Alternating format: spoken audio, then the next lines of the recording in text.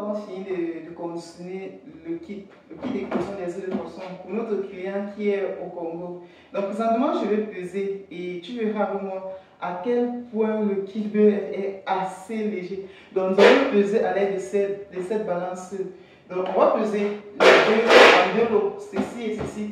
Tu verras à quel point c'est assez léger, c'est très facile, c'est moins à comprendre. Et je te dirai à la fin de la vidéo quels sont les documents à utiliser pour pouvoir exporter le kit. Qu'est-ce qu'on nous demande au niveau administratif et réglementaire pour pouvoir exporter le kit. À partir de là, tu pourras toi-même comprendre la procédure pour toi qui n'est pas dans ma localité, pour toi qui n'est pas dans mon pays, que avoir le kit, peu importe ta localisation en Afrique, c'est possible. Surtout pour ceux qui sont en Afrique centrale. Les pays voisins au Cameroun, c'est très facile pour vous d'avoir le kit. On a deux options qui s'offrent à nous, la voie routière ou la voie aérienne. Déjà, nous avons expérimenté ces deux voies. Et je vous assure, la voie routière, c'est la voie la moins coûteuse pour tous ceux qui sont en Afrique centrale. Mais pour ceux qui sont hors de l'Afrique centrale, ne vous inquiétez pas, on a trouvé des astuces, des approches pour que le kit puisse vous parvenir à un coût très abordable. Donc, pour ne pas trop perdre de temps, on va peser les deux dispositifs, en fait, les deux paquets qui ont été consommés. Mais avant de peser, il y avait un petit détail. Je vais d'abord te montrer comment j'ai fait pour mettre tout ce que tu vois étalé là. Comment j'ai fait pour ramener toute cette sauterie, ces appareils électriques, les clés. Comment j'ai fait pour que tous ces éléments puissent entrer dans ces deux paquets. Je te montre rapidement comment j'ai fait pour que tout cela entre dans ces deux paquets.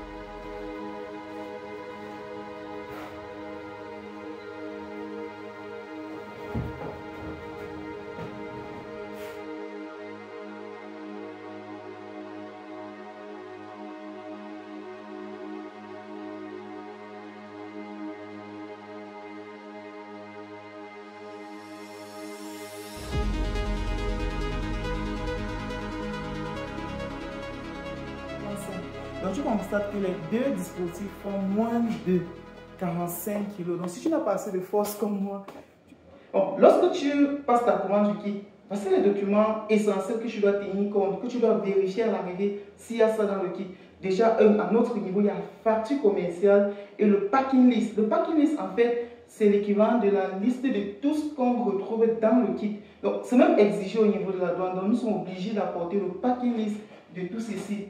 Donc, il y a le packing list, il y a la facture commerciale. Dans la facture commerciale, il faut se rassurer qu'il y a le nom du destinataire et le nom du client, le nom du destinataire, le nom de l'expéditeur et le coût de la marchandise ou bien le coût du dispositif à l'intérieur. Et à travers HTSP, comme une stratégie que nous faisons pour pouvoir avoir des coûts d'expédition très moins coûteux. Et également, il y a une déclaration comme, quand tu apportes ça à la douane, ils vont te délivrer ce qu'on appelle dans la déclaration douanière selon les pays.